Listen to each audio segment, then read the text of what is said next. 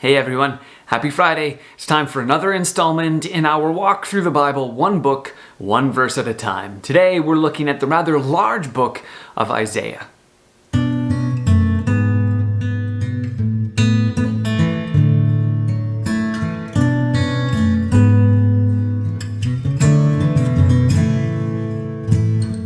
During the time of Isaiah's writing, the northern tribes were going into decline and then into exile in Assyria, and it's also the time of the decline of the southern tribes. And the book opens up with a list of all of the ways in which God's people have walked away from Him, have not been honoring Him, have not understood the incredible gifts that He has been giving them. And then there's this incredible vision of Isaiah in the temple that he has of the Creator God there where the hem of his robe fills the temple. And Isaiah is filled with dread because he sees this God and he realizes that he is a sinful, broken person, and how dare he stand before the God of heaven and earth.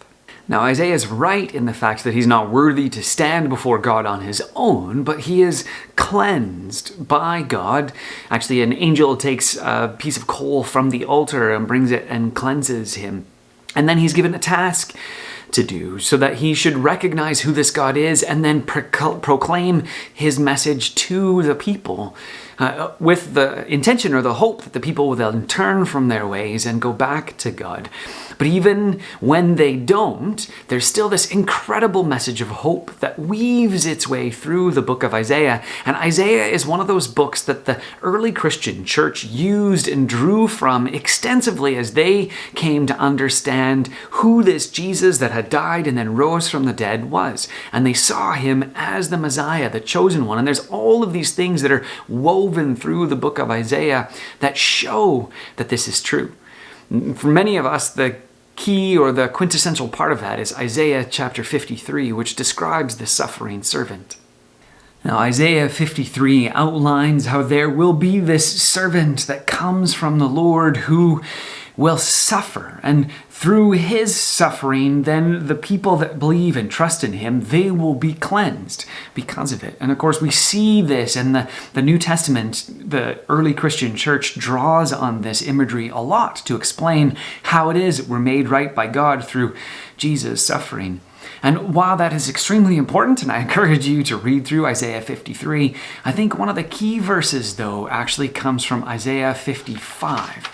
This is after this explanation of all that has gone on, and before we move into kind of this description of what the new kingdom will be like as God promises to restore his people. It's an invitation, and I think that is key to the book of Isaiah, to remember that this isn't a book primarily about judgment or prediction about what is going to happen, but a book of invitation. So this is Isaiah 55, verses 1 through 3. Come, all you who are thirsty, come to the waters. You who have no money, come buy and eat. Come buy wine and milk without money and without cost. Why spend money on what is not bread and your labor on what does not satisfy? Listen to me and eat what is good, and you will delight in the richest of fare. Give ear and come to me. Listen, that you may live. This, I think, is a key verse of Isaiah and of many of the prophets, actually. This come to me, this call, this longing from God that we would listen to him so that we could actually live good, righteous, and fulfilling lives. God wants what is best for us, and he knows what is best for us. So as usual, if this has been useful for you and you've enjoyed this kind of walk through the book of Isaiah, I'd encourage you to like, to subscribe, and share it with somebody else with whom this might be useful.